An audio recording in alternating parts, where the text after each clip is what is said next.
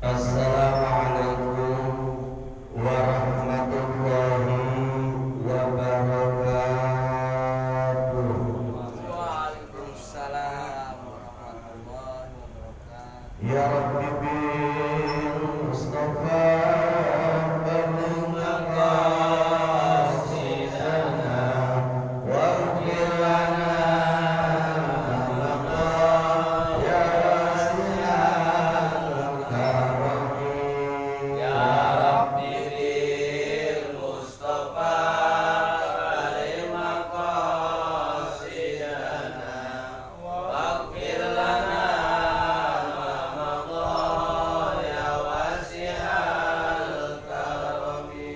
Huwal habibul ladzi turtasafatuhu likulli hawlin minal awali muqtahimi.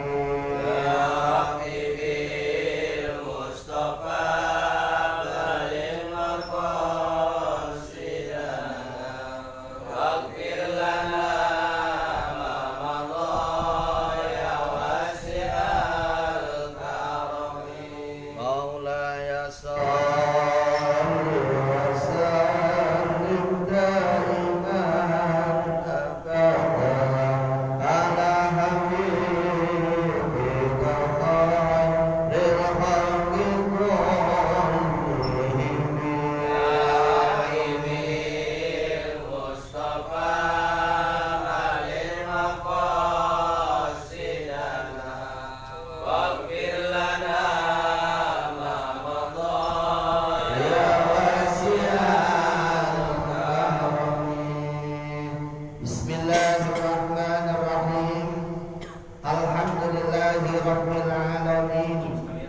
Wassalatu wassalamu ala asrafil anbiya'i wal mursalin wa ala alihi wa ashabihi ajma'in. Rabbi israh li sadri wa yassir li amri wahlul 'uqdatam min lisani yafqahu qawli, amma ba'du. Yang saya hormati para alim, para kiai, para asatidz, wabil khusus segenap tokoh masyarakat yang ada di wilayah Mushola Al-Barakah ini, wabil khusus ketua musholanya beserta jajaran pengurusnya dan para jamaah pengajian rutin yang hadir pada malam hari ini, yang semuanya mudah-mudahan dirahmati Allah Subhanahu wa taala.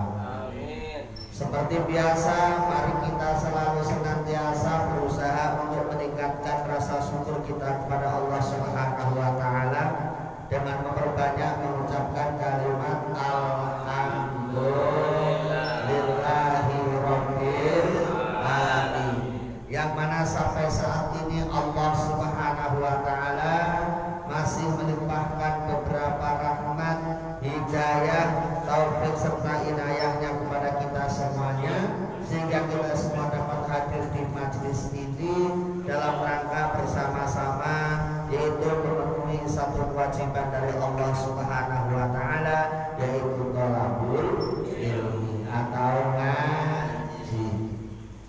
Mudah-mudahan yang hadir pada malam hari ini Allah selalu memberikan keberkahan kepada para jamaah, barokah ilmunya, barokah hidupnya, barokah rezekinya, dimudahkan dalam segala urusannya. Amin ya rabbal alamin. Para jamaah sekalian yang saya hormati, mari kita lanjutkan kajian kita pada malam hari ini, yaitu kemarin kita sudah membahas tentang masalah mandi, ya, perkara yang mewajibkan mandi sudah, terus fardu-fardunya mandi sudah. Sekarang kita lanjutkan sunnah-sunnahnya mandi. Kalau dengar begini, sunnah-sunnahnya mandi. Nah, perkara yang disunahkan mandi itu apa aja? Mari kita baca kitab ini selanjutnya. Bismillahirrahmanirrahim. Wa sunanuhu khamsatu asya'a. Adapun sunnah-sunnahnya mandi ini ada 5. Ada berapa? Ada 5. Yang dimaksud sunnahnya mandi yaitu ketika kita mandi ini disunahkan melakukan hal-hal tersebut. Kalau kita melakukan hal-hal ini, maka kita akan mendapat tambahan pahala. Jadi kemarin sudah saya katakan kalau mengartikan sunnah ini jangan sampai seperti ini. Apabila dikerjakan dapat pahala, apabila ditinggalkan tidak apa-apa. Kalau diartikan seperti ini, kebanyakan orang tidak melakukan sunnah. Kenapa? Karena tidak dikerjakan juga tidak apa-apa. Nah, bagaimana cara mengartikan sunnah? Cara mengartikan sunnah ini sebaiknya dikerjakan. Jadi hal-hal ini ketika kita mandi jinabah, ketika kita mandi junub, ketika kita mandi wajib, maka hal-hal ini sebaiknya dilakukan. Ada berapa perkara? Ada 5. Ya, ada 5. Yang pertama yaitu at-tasmiyatu. Ya, yang pertama yaitu membaca bismillah. Seperti halnya wudhu kemarin, pertama kali kita disunahkan membaca bismillah. Ya, kenapa kok disunahkan baca bismillah? Karena mandi ini termasuk mandi ibadah. Mandi ini termasuk mandi baik, mandi ibadah. Mandi ibadah itu kita dapat pahala. Maka sebaiknya harus diawali dengan membaca bismillah. Dulu hadisnya yaitu kullu amrin dzibalin la yubda'u fihi bismillahirrahmanirrahim bahwa aqta. Kata Rasul, setiap amal perbuatan yang mengandung kebaikan yang tidak diawali dengan membaca bismillahirrahmanirrahim, maka dia akan terputus. Terputus apanya? Terputus dari berkahnya. Apa itu berkah? Al-barokah ziyadatul khair. Jadi musola ini namanya musola al-barokah. Jadi al-barokah itu apa? Al-barokah itu ziyadatul khair, itu tambahnya kebaikan. Jadi kalau ini dikatakan musola al-barokah, insya Allah mudah-mudahan bisa nambah kebaikan warga yang ada di sekitar musola al-barokah ini. Amin. Allahumma amin. Gitu. Jadi kalau kita ini mengawali satu perbuatan yang mengandung kebaikan, sebaiknya diawali dengan membaca bismillahirrahmanirrahim. Ya, kayak wudhu kemarin ya, ada bismillahnya. Ya, ini mandi juga disunahkan untuk membaca bismillahirrahmanirrahim. Itu yang pertama. Jadi ketika kita mau mandi, apa yang kita lakukan pertama kali? Membaca bismillahirrahmanirrahim. Yang kedua, wa ghaslul yadaini qabla idkhalihima al-ina'a. Yang kedua, wa ghaslul yadaini membasuh kedua tangan qabla idkhalihima al-ina'a, sebelum dimasukkan ke tempat air, ke wadah air itu. Artinya sebelum tangan kita ini kita pakai untuk mandi, ini harus dicuci dulu. Ini sunnah, dicuci dulu. Ya, bismillahirrahmanirrahim sambil mencuci tangan. Kayak wudhu kan begitu kan? Bismillahirrahmanirrahim sambil mencuci tangan sebelum dipakai basuh muka. Ya, ini kayak wudhu dulu itu. Kenapa? Dulu sudah diterangkan, masih ingat kenapa kok tangan harus dibasuh dulu? Takutnya tangan ini habis megang sesuatu yang najis, makanya supaya dibasuh. Apalagi kalau bangun tidur. Dulu kan sudah ada keterangannya begitu ya, masih ingat ya? Kalau kita lagi tidur, tangan kita kelayap kemana? Mana? Kadang-kadang operasi ke atas, kadang-kadang operasi ke bawah, ya kan? Esek. Itu kalau lagi ke bawah ke atas sih nggak masalah. Kalau operasinya ke tengah, nah, kan bermasalah jadinya. Makanya sebelum dipakai wudhu, sebelum dipakai mandi, ini sebaiknya dicuci. Itu alasannya, ya. Yang ketiga, wal wudhu qabla. Kesunatan yang ketiga yaitu wudhu. Ya, kesunatan ketiga yaitu wudhu. Wudhu seperti wudhunya kalau mau sholat biasa, seperti itu.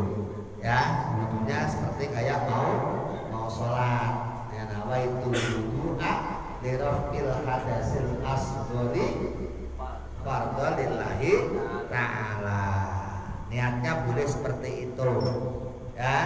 Kenapa kok niatnya? Untuk menghilangkan hadas kecil, kan sunnah. Sebelum menghilangkan hadas gede, hadas kecilnya dulu dihilangkan, kan gitu, ya. Sebelum, kalau mandi kan menghilangkan hadas besar, kalau wudhu menghilangkan hadas kecil. Nah, sebelum menghilangkan hadas besar, hadas kecilnya sebaiknya dihilangkan dulu.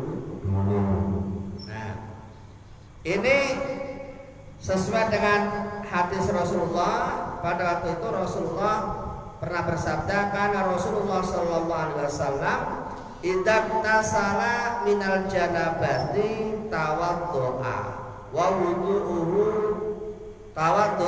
wudu'uhu lis-sholati.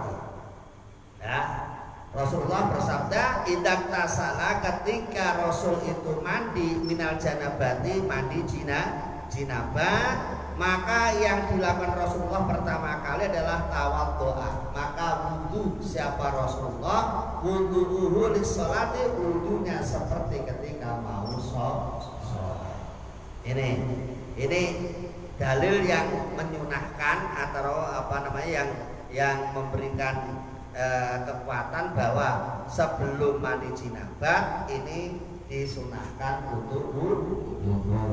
Nah, ini dalilnya apa? Dalilnya kita ngikuti Rasulullah, ittiba Rasulullah sallallahu alaihi wasallam, mengikuti cara-cara Rasulullah sallallahu alaihi wasallam. Wudhunya nggak ada bedanya kayak mau sholat gitu. Jadi pertama kali sebelum wudhu apa? Baca bismil, terus mencuci tangan, terus wudhu.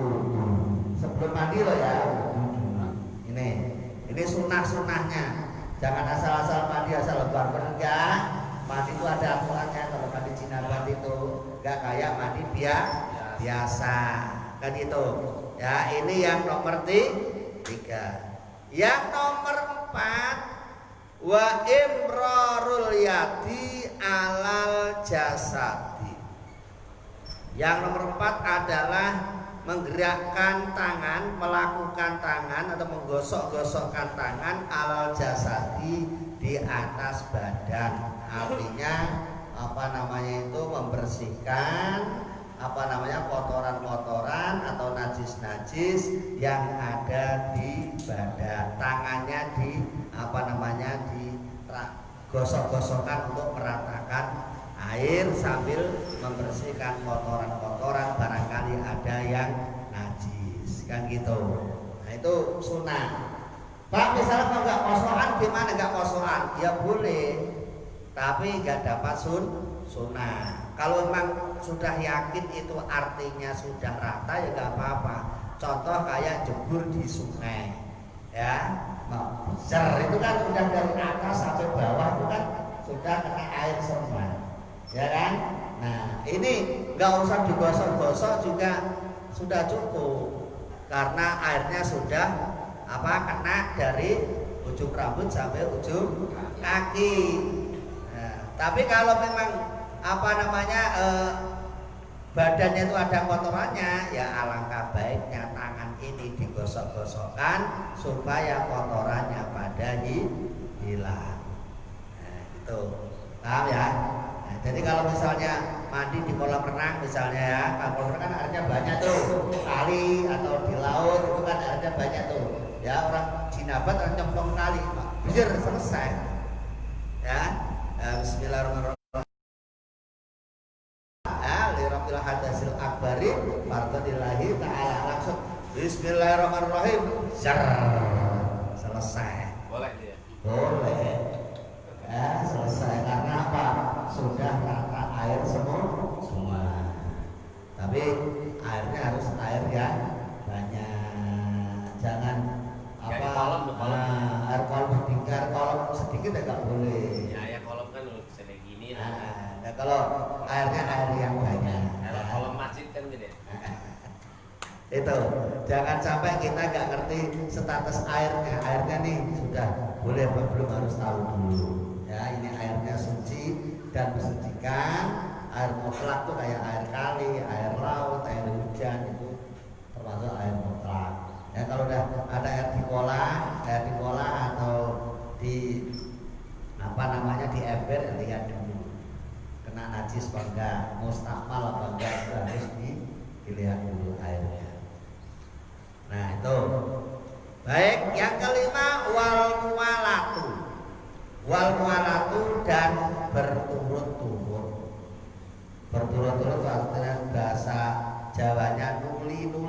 Mualah itu nuli itu berturut-turut ya. Berturut-turut itu seketika, tidak ada cicilan ya, tidak ada cicilan. Dulu kan sudah saya kasih contoh itu, dicicil boleh tapi nggak dapat sunnah ya. Misalnya dulu saya kasih contoh, ada pengantin baru, dilalanya pengantinnya ini santri, habis ya jima sama istrinya, malam itu nyicil dulu, kepalanya dicicil dulu ya kan, kepalanya nawaitu lubus dari nilai ta'ala, kepalanya dicicil, udah selesai kepala, udah tidur lagi. Habis subuh baru mandi biasa.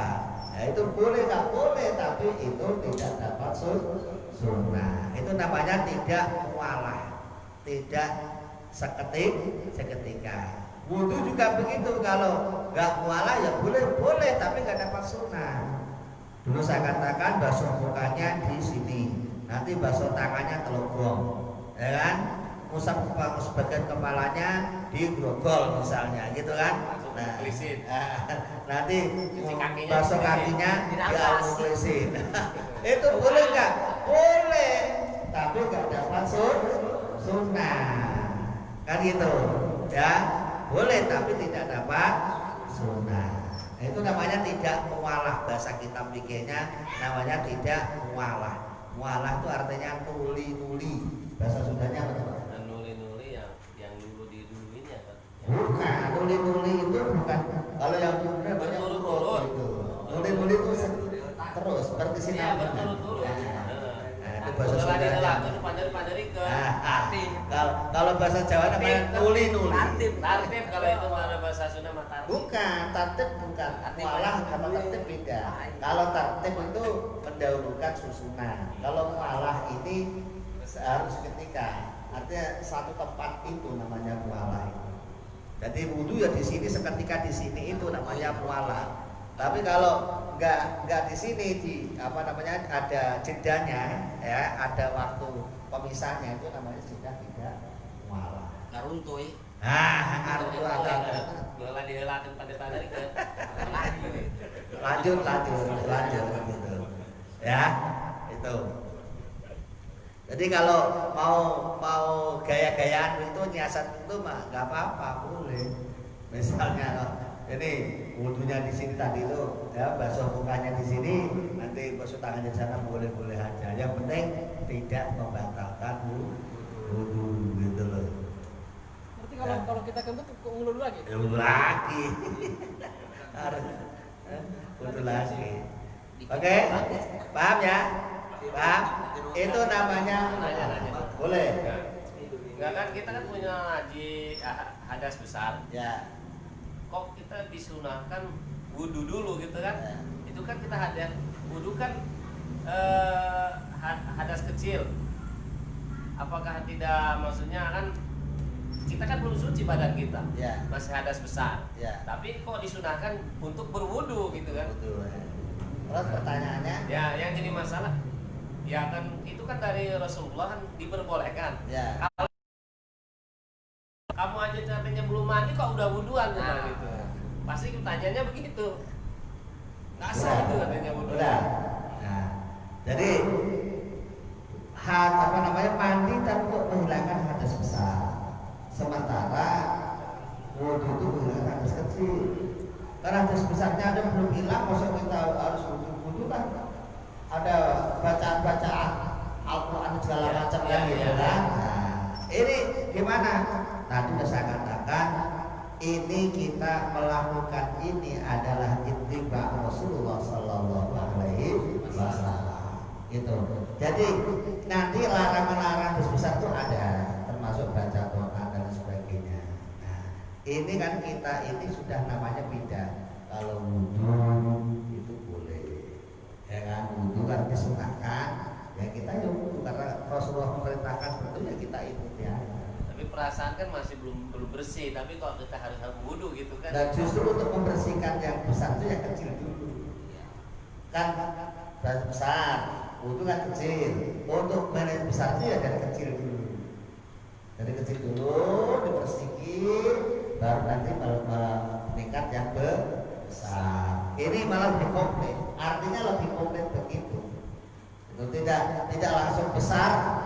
Ya kalau nggak wudu ya sebenarnya nggak apa-apa karena bukan sunnah, gitu kan. Tapi kalau kita wudu lebih bagus karena sesuatu yang besar itu diawali dari yang kecil.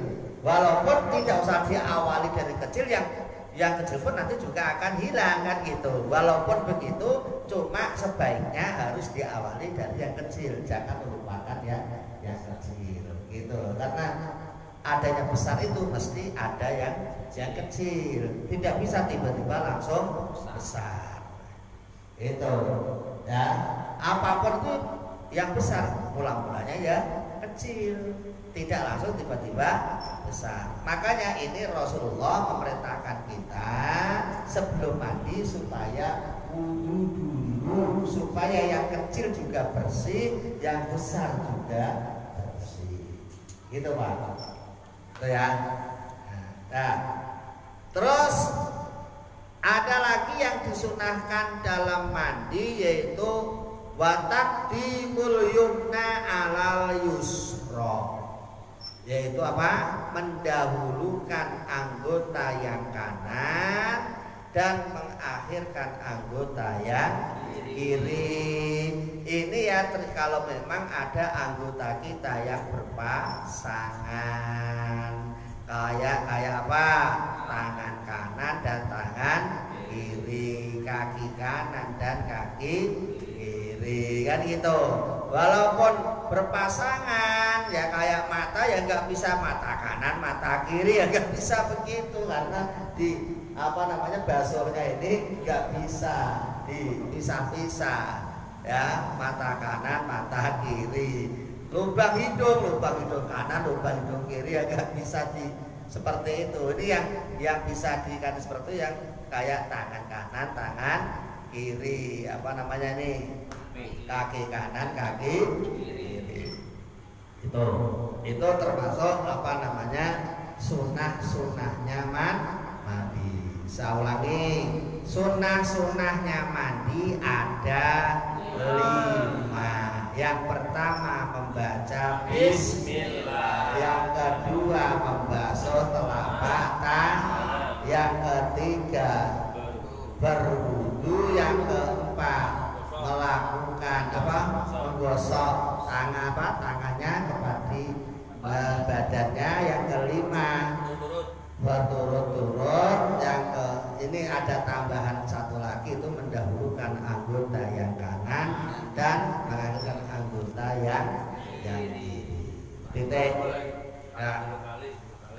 Faslun, ada pasal baru. Kita lanjutin. Faslun, adapun ini pasal menerangkan tentang wal awsalul masnunatu. yaitu menerangkan tentang mandi yang disunahkan. Kalau tadi sunnah-sunnahnya mandi, sekarang mandi yang disunahkan. Kalau mandi wajib kemarin ada berapa? Mandi wajib ada berapa? Ada 6, yang 3 ada pada perempuan yang dan laki yang 3 khusus perempuan. Masih ingat?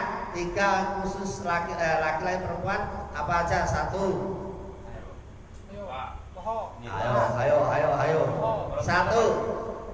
Ya, yang 3 kan ada pada laki-laki dan perempuan, yaitu 1. Cincin wah, itu mah. 1. Iltiqaul hitanaini, ketemunya 2 sunnah. Perempuan juga ada yang disunat, laki-laki juga ada yang disunat. Kalau udah ketemu, walaupun assalamualaikum saja nggak ngapa-ngapain tuh, ya tetap wajib mandi. Paham? Mau nempel doang, tapi udah ketemu tuh assalamualaikum, udah salaman, ya tetap mandi. Yang kedua apa? Ayo, inzalul mani, yaitu keluarnya air mani. Laki-laki ya keluar, perempuan ya keluar. Itu. Yang ketiga apa? Maut ya. Waalaikumsalam.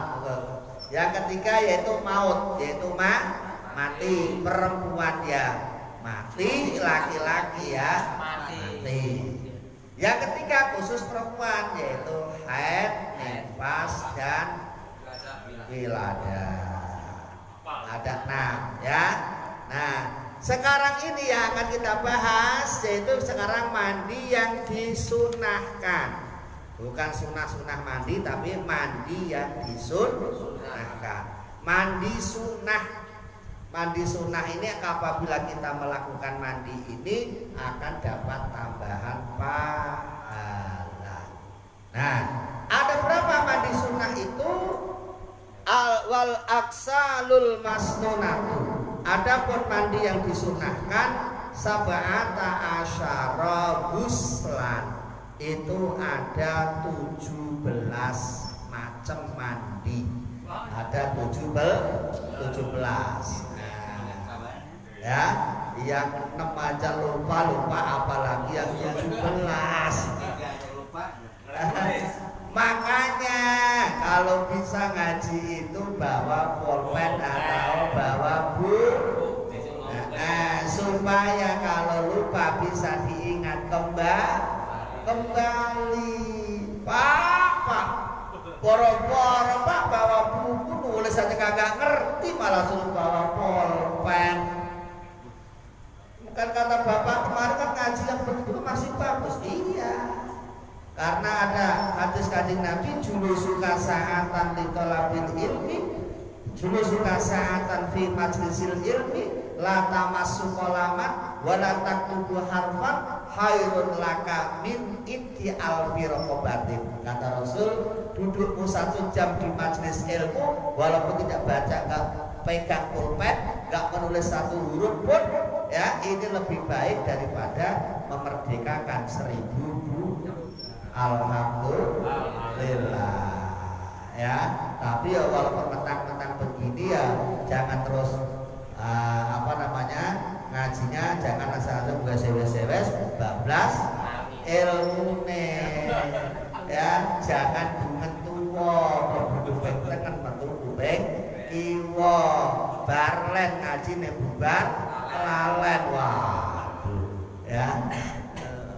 Walaupun begitu harus kita berusaha semaksimal mungkin ya, apa yang kita dapatkan kita masukkan ke dalam otak kita turunkan ke dalam hati, dipahami, diamalkan dalam kehidupan kita sehari-hari. Gitu ya. Karena dulu saya katakan otaknya manusia ini ada 3 tipe. Yang pertama tipe kayak lubang gelas begini. Dikasih air 1 gayung, masuk semua. Ini tipe orang pinter ya, walaupun nggak bawa buku, nggak bawa pulpen, kalau otaknya seperti ini jenius. Sekali didengerin langsung masuk plek, turun plek, amalkan, nggak bakal lupa selama-lamanya. ini tipenya lubang gelas. Ada tipe yang lubang botol aqua, ya kan? Nah, ini kasih air 1 gayung, seret, lumayan yang masuk juga banyak yang tumpah. Ini tipe orang yang sedang, ya orang yang sedang. Ya kadang-kadang diterangin ada 17, masuknya biasa yang ingat 8. Nah ini tipe seperti ini. Kalau yang 17 ingat 17 semua, masuknya tipenya yang ini, ya kan? Ada yang tipe ketiga kayak botol minyak angin. Tahu botol minyak angin? Nah, itu kan lubangnya kecil, ya kan? Kasih air segayung, set, bablas airnya, nggak ada yang masuk sama sekali.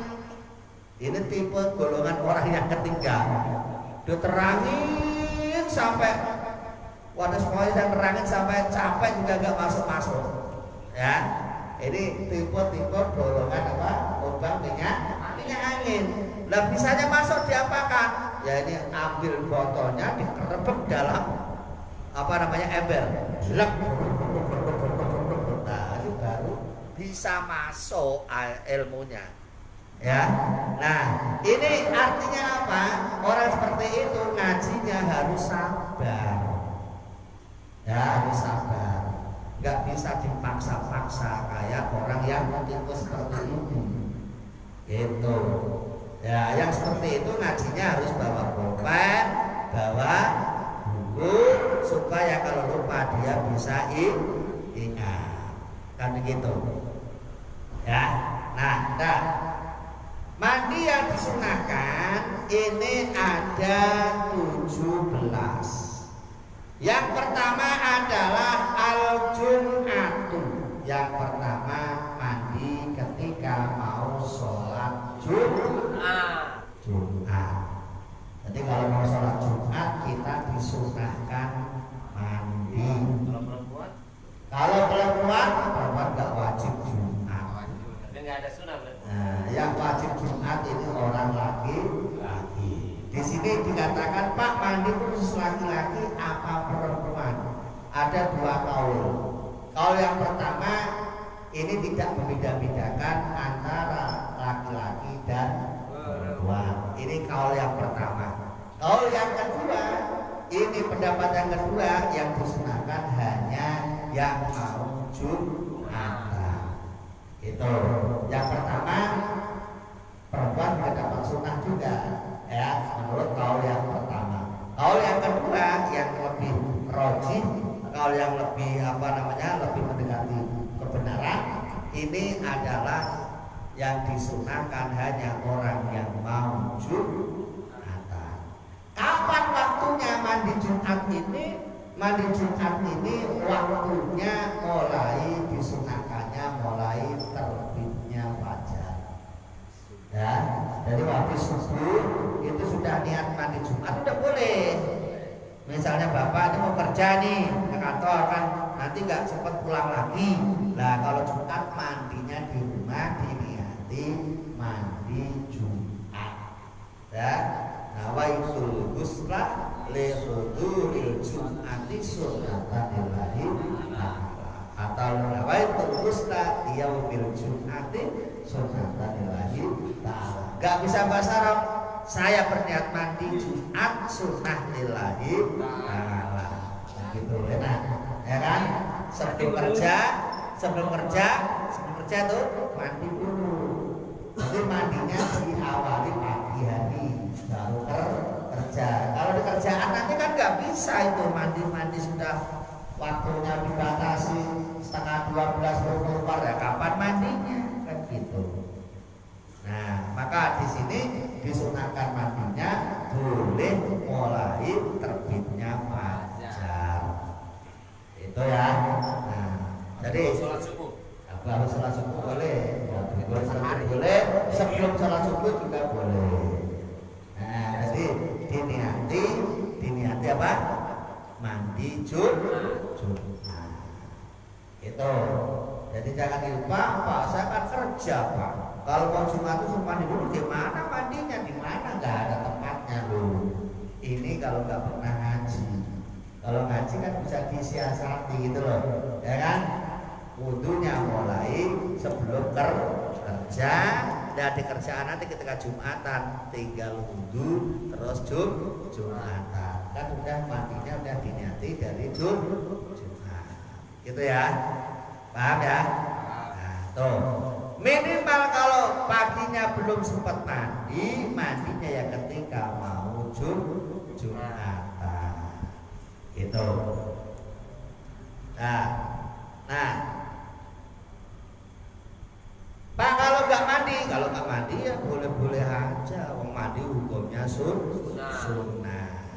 Tapi yang baik apa? Mandi. Ini sesuai dengan apa yang dikatakan Rasulullah. Man tawaddo'a yaumal jum'ati fabiha wa ni'mah. Wa man iktasala fal ghuslu afdol. Man tawaddo'a, siapa yang berwudu yaumal jum'ati pada hari Jumat, fabiha wa nikmat, maka dia itu sudah bagus. Wudu saja itu sudah bagus. Itu wudu saja sudah bagus. Tetapi dilanjutkan waman iktasala, dan siapa saja yang mau mandi di hari Jumat, fal ghuslu, maka adapun mandi hari Jumat itu afdalu, itu lebih utama. Jadi mandi lebih utama daripada wudu ketika pada hari Jumat. Ya, wudu mandi lebih utama daripada wudu. Nih, ini yang pertama. Yang kedua, yaitu yang kedua dari ketiga, wal idani, yaitu mandi pada sholat id, baik idul adha maupun idul fitri. Itu sebelum kita sholat idul fitri atau sebelum sholat idul adha, ini juga disunahkan untuk mandi, niatnya mandi sunnah. Caranya kayak mandi wajib. Caranya kayak mandi wajib. Kemarin kan sudah tahu caranya ya. Pertama apa? Niat. Yang kedua seluruh tubuh kan gitu ya, dan menghilangkan najis kan gitu. Nah, karena airnya harus sampai ke seluruh kulit, ya, maka dulu saya katakan itu orang sekarang untuk untuk meratakan itu biasanya pakai sampo. Mandi keramas pakai sampo. Sampo ini kan sebenarnya hanya untuk membantu untuk meratakan atau memasukkan air ke dalam pori-pori rambut. Ya begitu, ya. Caranya kayak mandi wajib, tapi hukumnya sunnah. Kapan mandi Idul Adha Idul Fitri itu? Sama, yaitu sebelum kita sholat Idul Adha atau Idul Fitri. Jadi misalnya kok sebelum subuh boleh, habis subuh juga boleh, ya kan? Kalau sholat Id dulu baru mandi, ya hilang sunnahnya. Sholat Id dulu aja saya habis sholat Id baru mandi, lah itu gak dapat sunnah. Kalau pengen dapat sunnah ya mandi dulu baru sholat. Jangan kok sholat dulu baru mandi. Ya, baik Idul Adha maupun Idul Fitri kan gitu ya. Ini hadis Rasulullah, karena Rasulullah sallallahu alaihi wasallam yaktasilu yaumal fitri wa yaumal adha. Jadi Rasulullah itu kalau mau sholat Idul Adha atau Idul Fitri juga mandi. Maka kita sebagai umatnya, ya kita harus mengikuti tata cara Rasulullah sallallahu alaihi wasallam. Sebelum sholat Idul Adha atau Idul Fitri, kita ya sebaiknya mandi.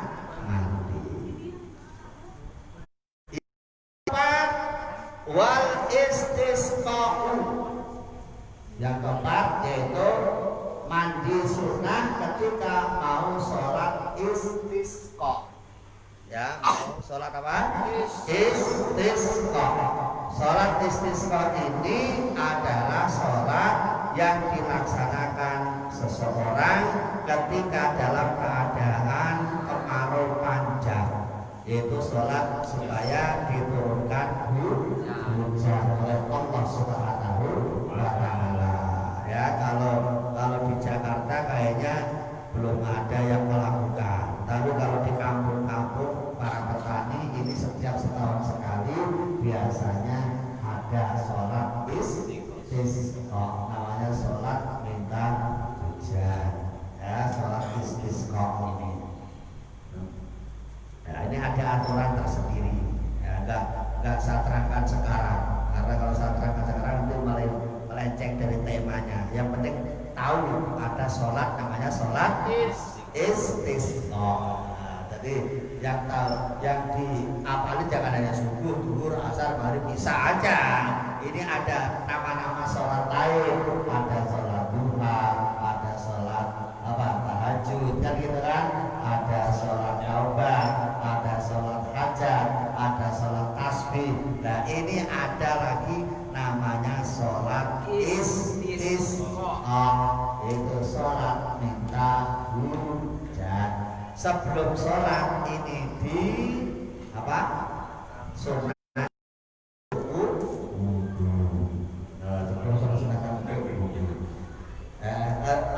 untuk mandi. Sebelum sholat sunatul mandi. Maka wudu disunahkan untuk mandi. Kemudian yang keberapa?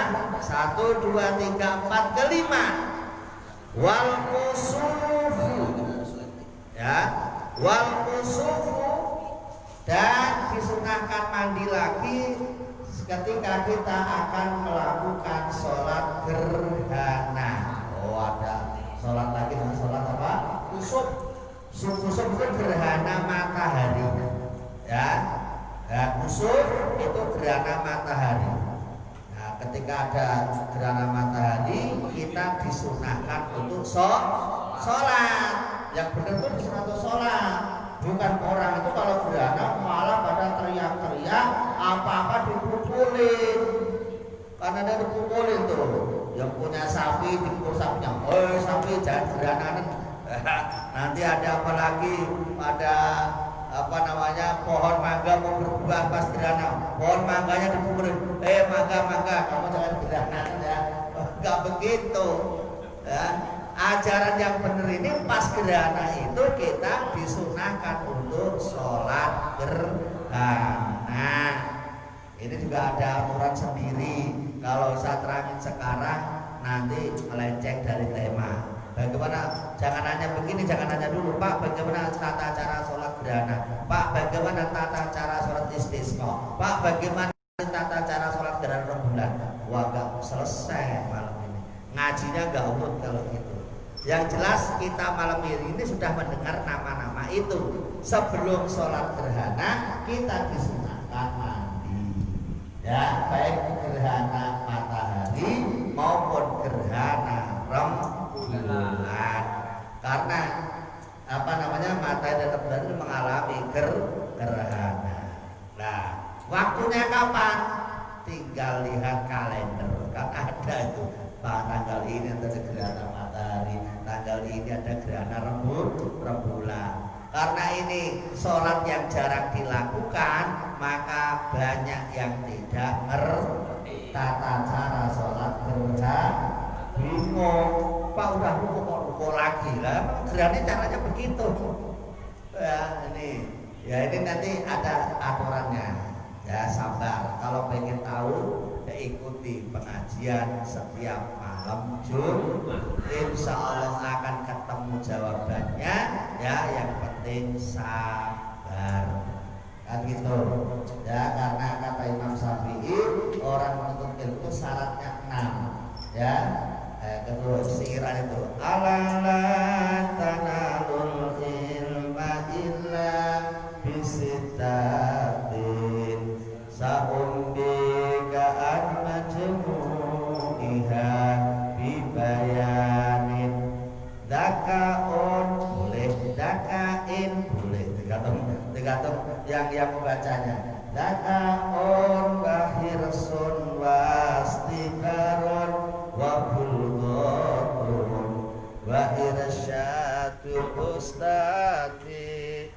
tulus zamani.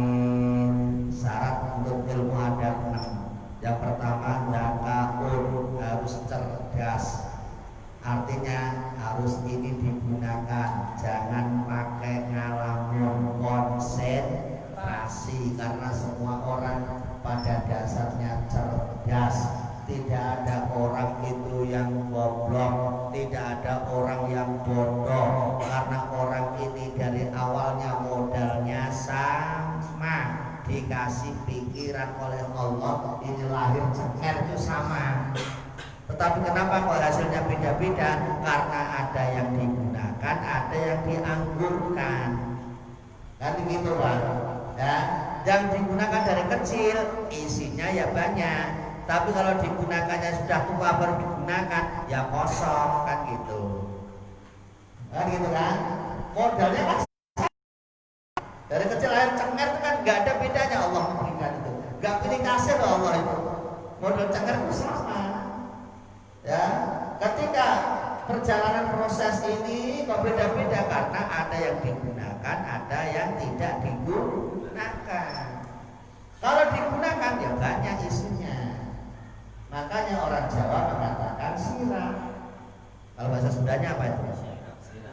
Nah, kalau orang Jawa namanya sirah ini. Sirah. Sama sudah di sirah itu. Sirah itu kan, sirah itu maknanya begini Pak. Sirah itu isinya berat. Gitu loh. Sirah itu isinya berat. Isinya banyak ini. Mau untuk nyimpan data berapa ribu file, berapa ribu giga itu kuat di sini nih. Ya. Coba kalau kita lihat orang itu, ya ada 30 juz masuk bleng, ya kan? 30 juz, ada yang hafal kitab Ihya, bleng, ada yang hafal kitab Sahih Bukhari Muslim, bleng.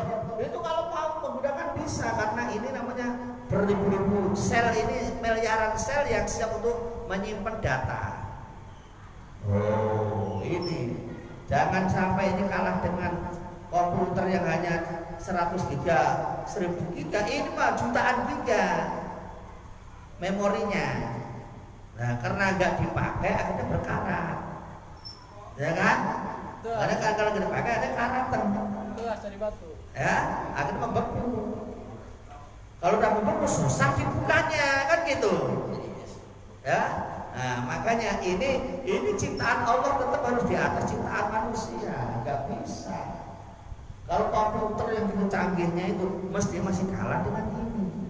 Coba kalau Bapak lihat Gus Bah itu, kitab apa yang nggak hafal semua. Ya kan? Pengajian kan ada Gus Bah kan itu. Oh, hafal semua kitab ini, hafal. Kok bisa hafal? Karena ininya bersih, nggak banyak virus. Kenapa kita lupa banyak virus? Ada virus ekonomi, virus penyakit, virus HP, virus macam-macam virusnya. Jadi susah diisi, ya, susah diisi. Nah, kalau pengen gampang diisi, bersihkan virus-virus itu, ya. Nah, dakaun, cerdas. Wah, hirsun, semangat ngaji itu. Hirsun itu semangat. Jangan leda-ledi, jangan males-malesan ngaji, males-malesan. Ya nggak dapat dapat. Lahir semangat, ya ada giroh, ada semangat untuk ngaji. Wastibarun, yang ketiga sabar. Ngaji itu sabar. Karena ngaji itu banyak godaannya. Malam Jumat pada waktu ngaji ada aja alasannya. Ada kepala pusing lah, karena mikirin nggak kerja seharian atau pusing. Ya, ada perutnya sakit habis makan pedes tadi sakit, macam-macam. Ya, itu namanya godaan orang mau ngaji. Ini tidak aja ngaji, ayo ngaji, maaf ya saya izin dulu. Kenapa? Kaki saya gak butuh duduk. Ya enggak loh, kaki pakai duduk gimana, susah. Pakai duduk mah bokong, bukan kaki. Ya, ini sabar. Nah, sabar ini dibagi 3. Ada sabar dalam menghadapi musibah, ada sabar dalam melakukan ibadah, ada sabar dalam meninggalkan maksiat. Harus sabar. Ya, namanya musibah, semua orang pasti Ada.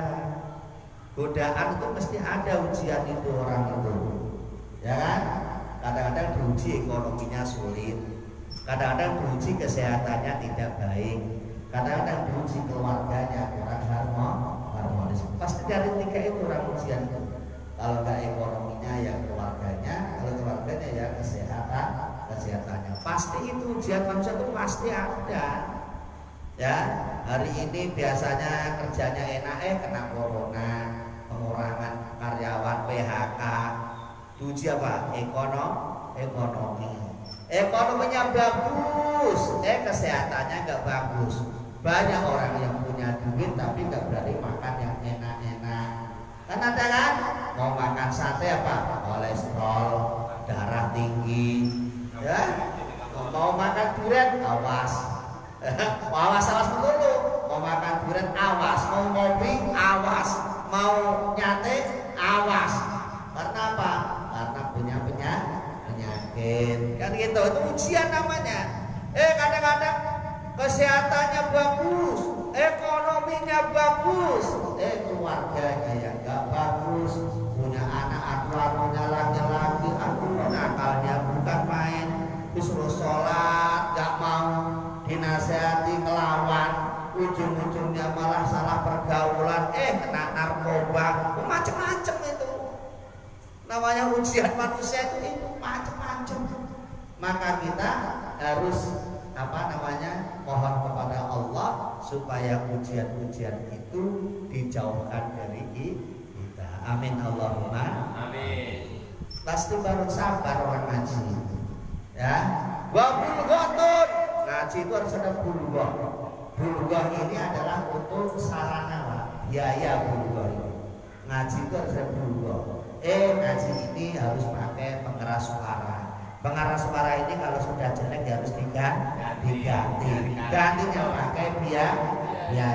Dari mana biaya itu? Ya dari yang ngaji. Masa kiainya suruh beli mic sendiri gitu. Bawa dari mana? Bawa dari rumah gitu.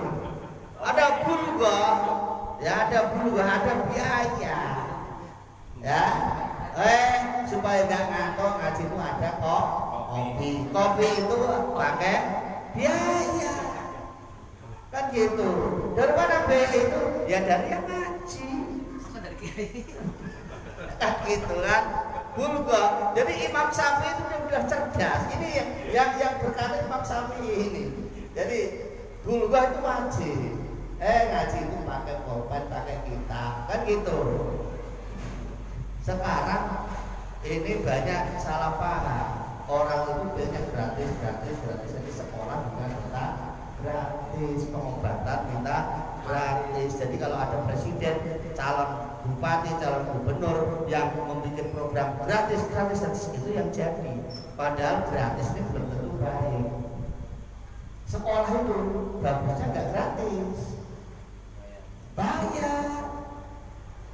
Sekolah itu bagusnya nggak gratis, bayar. Karena ada guru, ya nggak gratis sekolah itu. Makanya dulu ketika orang tua dulu ngaji itu bukan bayaran namanya khairat atau syahriah, kan itulah namanya khairat dulu. Khairat artinya kebaikan. Jadi kenapa Pak harus ngasih sesuatu pada kiainya untuk kebaikan, melatih anak supaya bekti sama kiai, sopan sama kiai, ikut sama kiai, ini ngasih penghargaan sama kiai. Itu khairat namanya. Maka khairat itu tidak ditentukan sekian ya, seikhlasnya. Ya kan begitu. Nah sekarang ini pengennya orang kalau belajar itu gratis. Kalau gratis bangga. Padahal gratis ini biaya yang dipakai ini belum tentu kita tahu dari mana biaya itu yang dipakai untuk biaya pendidikan gratis. Kalau gratis, gimana? Gratis. Nah, kalau pengen yang gratis ya sono, tapi kalau yang pengen gratis ya pesantren. Insya Allah berkah dunia akhirat kan gitu. Ya, bulghah ada biaya. Yang kelima wa irsadul ustadi, menghormati kiai, menghormati guru. Guru itu siapa? Guru adalah orang yang memberikan pelajaran, memberikan ilmu. Dulu Sayyidina Ali pernah mengatakan, saya rela jadi budaknya orang yang mengajari saya walau satu huruf. Satu huruf saja siap dijadikan budak, kata Sayyidina Ali. Apalagi kita sering mendengarkan nasihat-nasihat atau menerima pelajaran-pelajaran dari para guru, para kiai, para ustadz yang sudah banyak memberikan pelajaran kepada kita. Wa irsyadul ustadz. Wa tulus zaman, yang keenam tulus zaman, waktu yang lama. Ngaji itu jangan sebentar, ya jangan hanya ditarget sebulan, 2 bulan, 3 bulan, enggak. Ngaji itu harus tulus zaman, waktu yang lama. Waktu yang lama itu tidak ada batasannya, karena kewajiban menuntut ilmu itu mulai dari turun bandulan sampai masuk ke dalam kuburan. Dalam kuburan aja masih dituntut loh kita. Kita udah mati itu masih diajari. Namanya ditalkin kan gitu. Coba kan sering melihat kan, udah mati kok diajari kita kan ya. Nalkan kan pengajar itu. Wahai ya Bapak Fulan bin Fulan, nanti akan ada 2 malaikat yang hadir, itu malaikat Munkar dan Nakir, akan memberikan pertanyaan kepada sampean kan gitu. Pertanyaannya adalah dibocori pertanyaannya. Marrobuka. Udah tunjukin dulu pertanyaannya, diajari gitu kan, kayak anak sekolah. Tapi ini enggak kayak ujian, tapi ini soalnya dibocori. Pertanyaan nanti marrobuka, dan pertanyaan udah pas itu, nggak ada lainnya. Ya, wa marrobuka, wa manabiyuka, wa madinuka, wa maimamuka. Banyak pertanyaan yang akan dijawab oleh orang yang mau ketemu Munkar dan Nakir. Ini tandanya kita belajar itu seumur hidup. Sampai masuk ke kuburan pun kita masih diwajibkan belajar. Kan gitu. Maka menuntut ilmu itu dengan waktu yang panjang. Jangan baru setahun 2 tahun bosan, jangan. Ya, karena masih banyak ilmu yang perlu kita pelajari. Kan gitu. Jangan dibatasi. Nih, apalagi ngajinya hanya seminggu sekali. 2 tahun sudah pinter, sombong namanya. Ya, yang di pesantren aja, yang bertahun-tahun aja, ya belum merasa bisa, apalagi kita ngajinya seminggu sekali. Oke, itu sudah sampai sholat ketika mau sholat gerhana matahari. Wal khusufu, dan sholat ketika kita mandi disunahkan lagi ketika kita mau sholat gerhana rembulan. Wal ghuslu, dan selanjutnya yang keberapa ini sudah? 1 tadi mandi Jumat, 2, 3 Idul Adha Idul Fitri, yang keempat istisqa, yang kelima sholat gerhana matahari, yang keenam yaitu mandi ketika mau sholat gerhana rembulan. Yang ketujuh wal ghuslu min ghuslil mayyitat. Wal ghuslu min ghuslil mayyiti. Yang ketujuh yaitu kita disunahkan mandi lagi setelah memandikan mayit. Jadi setelah kita memandikan jenazah, memandikan mayit, kita disunahkan mandi. Ya, jadi kita setelah memandikan mayit, kita disunahkan mandi. Nah, ini sesuai dengan apa yang disampaikan Rasulullah, man ghassala mayyitan falyaktasil wa man hamlahu falyatawaddo. Saya ulangi lagi, man ghassala mayyitan falyaktasil. Siapa yang habis memandikan mayit, hendaklah dia mandi. Mandinya ya mandi seperti mandi junub begitu, ya. Nah, wa man hamlahu, dan siapa yang membawa mayit, ikut menggotong mayit, ya, membawa mayit. Nah, falyatawaddo, maka hendaklah dia itu punya wudu. Jadi yang gotong mayit ini hendaklah dia punya wudu. Nah, makanya ini kita kadang-kadang terlena. Yang begitu urusannya anak-anak muda itu yang nggak punya wudu, salah. Kasih kasihan mayitnya. Kalau mayit jadi mayit yang solih, mayit yang orang yang baik, wah kasihan mayitnya. Ya, digotong sama orang-orang yang tidak punya. Kadang-kadang kita kan urusan gotong mah udahlah anak-anak sembarangan itu. Kadang-kadang kan begitu. Kebetulan yang mau anak-anak begitu kebetulan, tapi kalau nggak ada yang mau ya nggak ada yang gotong. Jalan sendiri. Kalau nggak ada yang mau gotong ya kasihan jenazahnya juga kan gitu. Nah, padahal yang bagus, yang gotong jenazah ini adalah orang-orang yang punya. Ya, jadi sebelum gotong ya wudu dulu. Jadi ya biasanya ya wudu, terus ikut menyolati, baru keluar dari musola. Ini dibawa oleh orang-orang yang suci. Ini insya Allah dapat nambahi kebaikan si jenazah. Nah ini kan jarang dipraktekin. Nah ini kan jarang baru ketemu sekarang kan. Nah baru ketemu ini keterangan begini nih.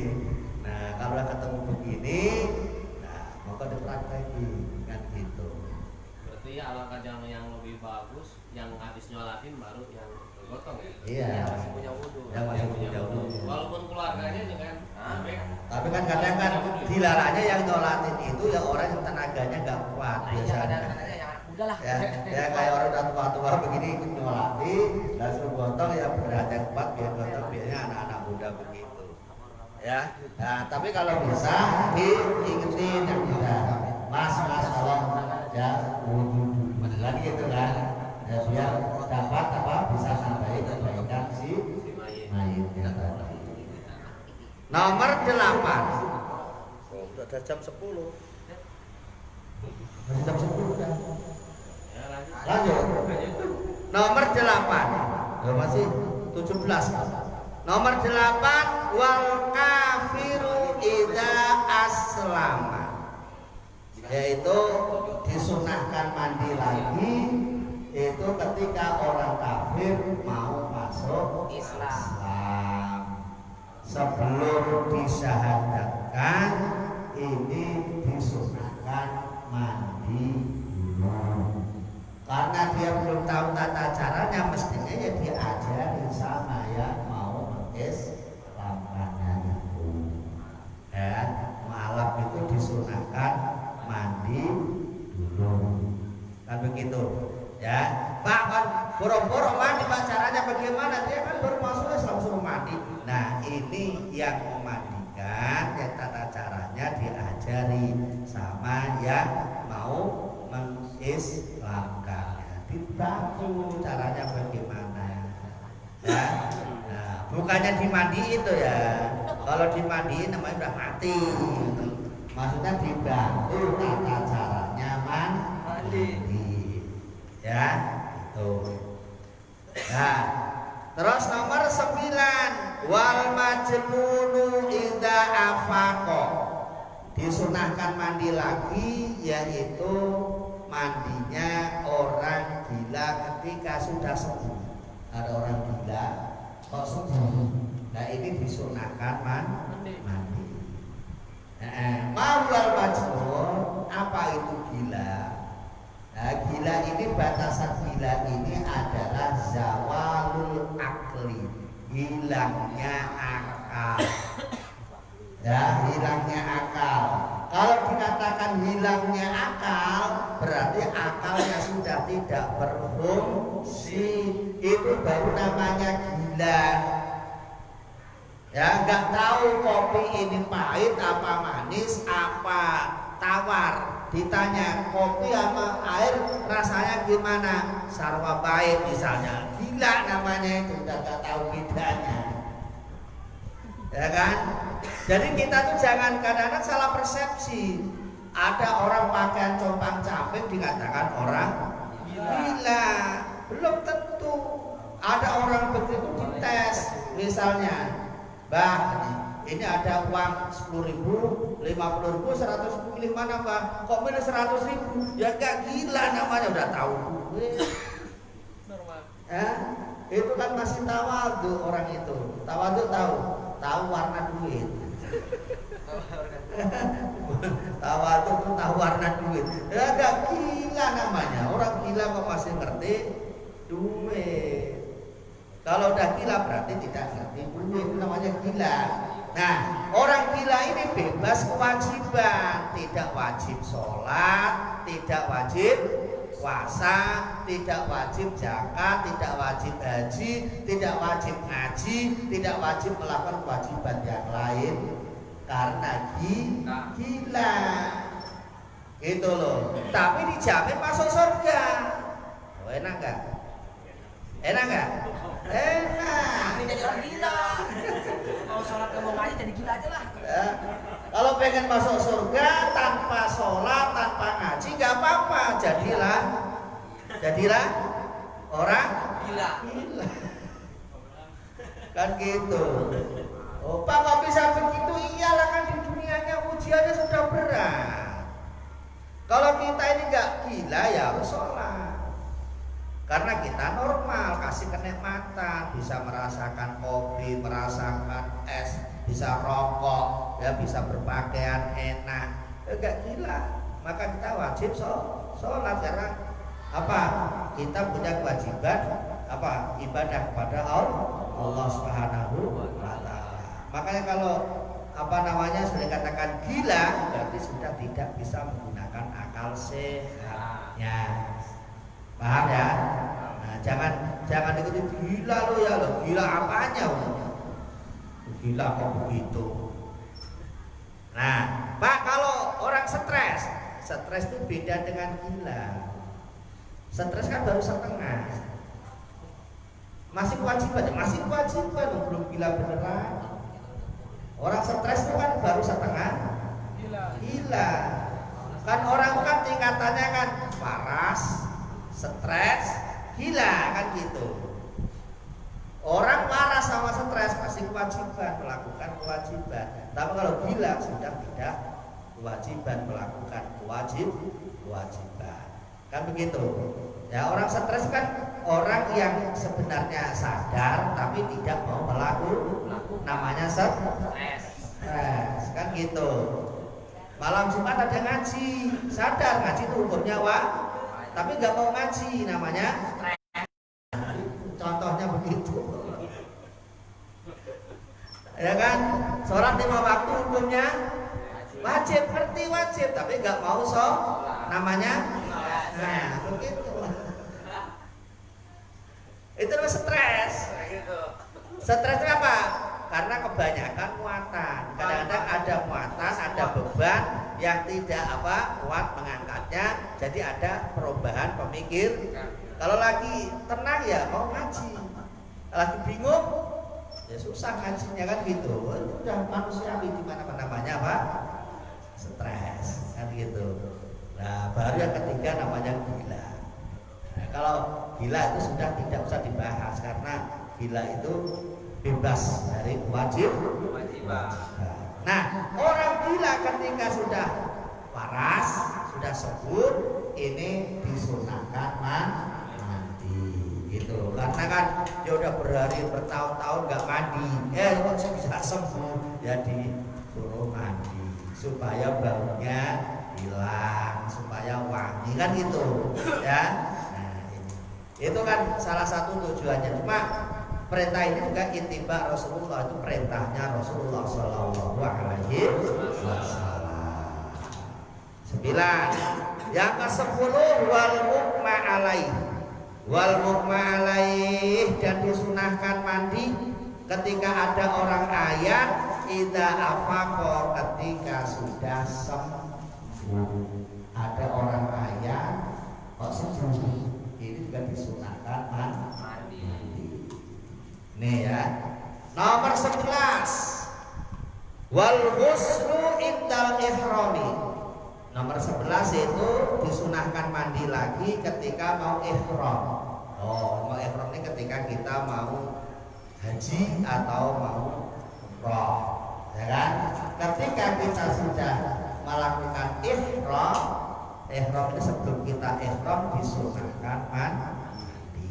Kapan kita ihram? Dan nanti kalau kita belajar haji tak terangi. Kalau terangin sekarang ya sampai subuh nggak ngaji nggak selesai. Kan itu. Ya. Kalau masalah ihram kalau bisa nanya Pak Haji Amami karena udah pernah melakukan haji dan umrah. Insya Allah paham ihram itu kayak apa, caranya bagaimana. Nah, ini disunahkan sebelum ihram disunahkan mandi. Mandinya ya kayak mandi jinabah. Itu ya kayak mandi juluk. Yang ke 12 wa dukhuli Makkah. Mandi disunahkan mandi ketika mau masuk kota Makkah. Ya, Makkah itu adalah tanah haram. Tanah haram itu tanah suci. Maka yang masuk juga disunahkan untuk suci. Maka dikatakan tanah suci. Kan? Makkah itu tanah suci. Maka orang Indonesia mengatakan mau kemana? Mau ke tanah suci. Ya, maka kalau mau ke tanah suci, dia harus disucikan. Berangkat ke sana terus suci ya, suci lahir maupun suci batin. Suci lahir ya harus mandi, suci batin ya harus minta maaf sama tetangga, minta maaf sama Gusti Allah. Nah, suci batin. Ya, maka orang haji itu bukan jalan-jalan, bukan. Haji itu jalan-jalan. Ya, niatnya haji bukan niat jalan-jalan. Niatnya haji itu mau ibadah. Makanya disunahkan untuk minta maaf pada tetangga, suruh taubat, barangkali nggak bisa kembali ke tanah air kan gitu. Nah, orang kan kadang-kadang orang haji kan bangganya kan kalau bisa kembali ke tanah air. Ya mudah-mudahan bisa kembali ke tanah air mendapat haji yang mabrur. Padahal tingkatan haji yang pertama itu makbul bukan mabrur. Ya, mabrur itu nomor 2. Pertama makbul. Makbul itu artinya diterima. Artinya apa? Di sana nggak balik lagi ke Indonesia, diterima tanah sana, gitu loh. Artinya dikuburkan di sana. Tapi nggak ada yang berani minta begitu tuh. Jarang yang berani minta begitu kan. Pengennya mabrur, bisa kembali ke tanah air, mendapatkan haji yang mabrur. Itu kedua pada tingkatan pertama makbul. Kayak Bapak Kiai Haji Maimun kemarin kan haji di sana terus wafat. Nah, makbul itu namanya. Tidak semua orang bisa begitu. Jangan sampai begitu. Tapi padahal yang kalau yang paham mesti udah jadi makbul. Amin. Gitu. Kalau didoain begitu jangan marah. Mana anak istri saya? Tidak sih ya gitu. Ada Iya, gimana anak istri saya di tanah air? Yang ketiga baru mardud. Haji mardud. Mardud artinya ditolak. Haji jelek gitu. Tolak terima amalnya. Ya, karena dia salahnya. Gitu kan? Salah amal. Gitu. Namanya haji apa? Haji mardud. Jadi yang paling bangga itu adalah haji makbul, yang kedua mabrur, yang ketiga mardud. Yang ke-13 walil wuqufi bi Arafah. Dan disunahkan mandi lagi ketika mau wukuf di Arafah. Ya orang haji itu kan ya intinya haji kan wukuf di Arafah. Sebelum berangkat ke Arafah disunahkan mandi. Ya nih sebelum berangkat ke Arafah. Ya tanggal 8 sudah berangkat dari maktab menuju Arafah. Dan sebelum berangkat ke Arafah kita disunahkan untuk mandi. Nomor 15 ya. 14 wali romil jimari as-salasi, yaitu mandi ketika mau melempar jumrah yang ketiga. Ya, jumrah yang 3 ada jumrah ula, jumrah wusta, jumrah akobah. Ini nggak akan saya terangkan lebih dulu. Ketika mau melempar jumrah ini kita disunahkan untuk mandi. Gitu. Ya, disunahkan untuk mandi. Kemudian yang ke-15 walid tawafi, dan mandi ketika mau tawaf. Ya, baik tawaf yang kudul maupun tawaf ifadah maupun tawaf wada. Nih, tawaf ini mengelilingi Ka'bah sebanyak 7 kali puter. Udah pokoknya diangan-angan lagi lah. Wah, kapan saya bisa ke sana gitu kan ya. Mudah-mudahan yang hadir saya doain mudah-mudahan bisa ke sana. Amin, amin, amin. Amin Allahumma. Amin. Ya udah pokoknya nggak usah minder, nggak usah kapan. Kayak saya bisa ke sana, nggak usah begitu. Ya, kalau Allah sudah memberikan jalan yang enak ya insya Allah ya bisa ke sana, gitu. Ya, karena kayak contohnya kayak saya sendiri ini, saya itu secara materi kalau dilihat ya kayak ya nggak nyampe ke sana. Cuma alhamdulillah karena Allah punya jalan yang lain, alhamdulillah bisa, ini bukan pamer, bisa tahadus binifah ini bisa berkali-kali ke sana. Ya tahun 2019 saja kemarin 4 kali, alhamdulillah. Itu dari mana Pak? Hadza min fadli rabbi, itu anugerah dari Allah Subhanahu wa taala. Padahal ya kerjanya gini-gini aja. Kok bisa ke sana berkali-kali? Berkesana itu mesti mahal, pesawatnya aja udah berapa, hotelnya berapa. Kalau di sana ibadahnya sih gratis, nggak bayar. Yang bayar itu pesawatnya sama hotelnya sama makannya. Kalau sudah masuk masjid mah nggak bayar. Memang kayak mau masuk masjid ke mana itu harus ada kota amalnya. Di sana nggak ada kota amal. Ya, di sana nggak ada kota amal, satu pun nggak ada. Jadi sampai nanti kalau ke sana tuh nggak usah nyari kota amal. Udah habis begitu mana kota amalnya, nggak ada. Nggak ada kota amal di sana, gitu loh. Ya, yang mahal itu pesawatnya, hotelnya, sama makannya. Itu yang bikin mahal. Tapi yang kalau udah sampai sana nggak ada yang mahal. Ya, murah semuanya. Alhamdulillahirabbil alamin. Kan gitu. Jadi, nah ini apa namanya mandi yang disunahkan. Sebelum kita melakukan ibadah-ibadah yang sudah disebutkan tadi, supaya kita mandi dahulu. Mau tawaf ya mandi, mau wukuf ya mandi, mau balang jumroh ya mandi, mau masuk ke Mekah ya mandi, mau ihram ya mandi. Oh, banyak mandi Pak? Iya, supaya apa? Supaya suci secara lahir. Kalau udah suci lahir, insya Allah batinnya akan berpengaruh. Ya, makanya kalau ingat seperti ini kemarin kok mau masuk masjid harus cuci tangan dan sebagainya. Orang Islam kok diajari kebersihan. Orang Islam itu sudah paling jago tentang kebersihan. Kok masih diajar-ajarin tentang lucu jadinya kan? Pakai sabun, pakai apa sunlight atau pakai apa itu? Lalu mau mandi itu airnya aja udah air yang tohirun, air suci yang mensucikan. Masa kalah dengan air sunlight? Ya kan? Nah ini kadang-kadang lucu kalau kita diajari kemana seperti itu. Makanya ya kalau masalah kebersihan orang Islam harus nomor satu. Nggak usah diajari, nggak usah diingetin. Ya harus jaga kebersihan nomor satu. An-nadhofatu minal, kebersihan itu sebagian daripada. Jangan sampai orang Islam kok ngobrol apa-apa nggak bersih, namanya kita nggak memahami perintah Kanjeng Nabi Muhammad Sallallahu Alaihi Wasallam.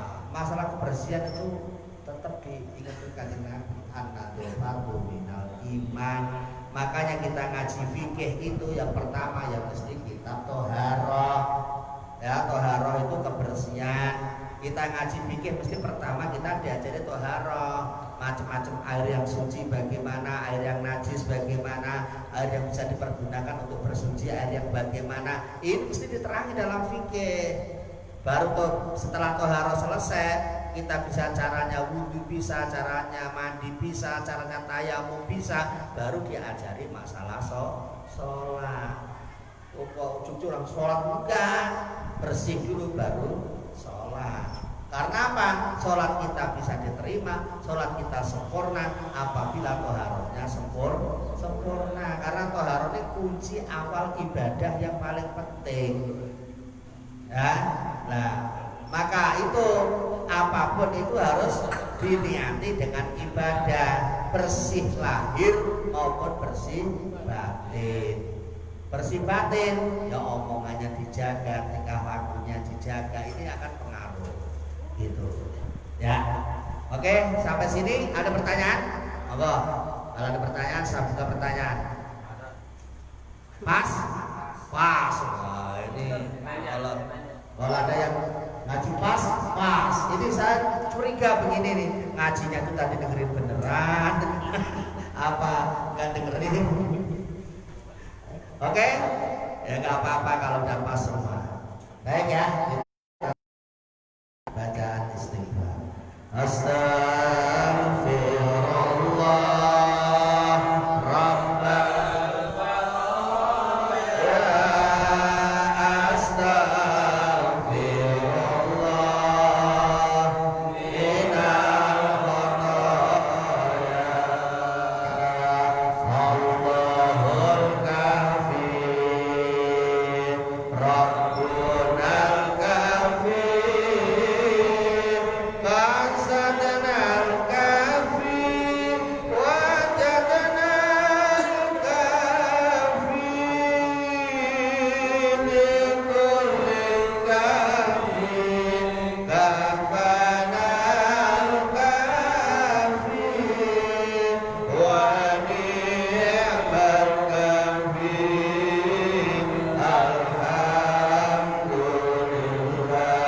alhamdulillah wa ni'mal kafi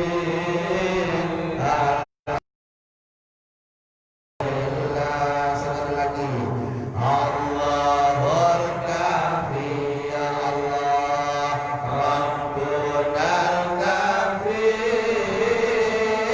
qasadnal kafi wajadnal kafi likullin kafi kafanal kafi wa ni'mal kafi alhamdulillah wa ni'mal kafi alhamdulillah. Al-Fatihah. A'udzu billahi minasy syaithanir rajim. Bismillahirrahmanirrahim. Alhamdulillahirabbil alamin arrahmanir rahim maliki yaumiddin. Iyyaka na'budu wa iyyaka nasta'in. Ihdinas siratal mustaqim. Siratal ladzina an'amta 'alaihim ghairil maghdubi 'alaihim waladdallin. Rabbi ighfir li walidayya wa lil mu'minina amin. Allahumma shalli wa sallim wa barik ala sayyidina Muhammadin fil awwalin wal akhirin wa barik wa sallim radhiyallahu ta'ala sahabati Rasulillahi ajmain. Amin amin amin amin ya Allah. Alhamdulillahi rabbil alamin. Hamdan yuwafi ni'amahu wa yukafi mazidah. Ya Rabbana lakal hamdu kama yanbaghi li jalali wajhikal karim wa 'azimi sultanik. Allahumma shalli wa sallim wa barik ala sayyidina Muhammad wa ala ali sayyidina Muhammad. Allahumma ighfir lana wa li walidina wa li masyayikhina wa li jami'il muslimin wal muslimat wal mu'minin wal mu'minat al ahya'i minhum wal amwat innaka ala kulli syai'in qadir. Allahumma rabbana taqabbal minna du'ana ya Allah. Istajib lana du'ana ya Allah innaka antas samiul alim. Allahumma aftah lana bi futuhil arifin. Allahumma aftah lana bi futuhil arifin. Allahumma aftah lana bi futuhil arifin. Yassir lana ya Allah. Yassir lana ya Allah. Yassir lana ya Allah. Jami'a umurina min umuri dunya wal akhirah. Wa hasil maqasidana. Wa hasil maqasidana. Wa hasil maqasidana wa balligh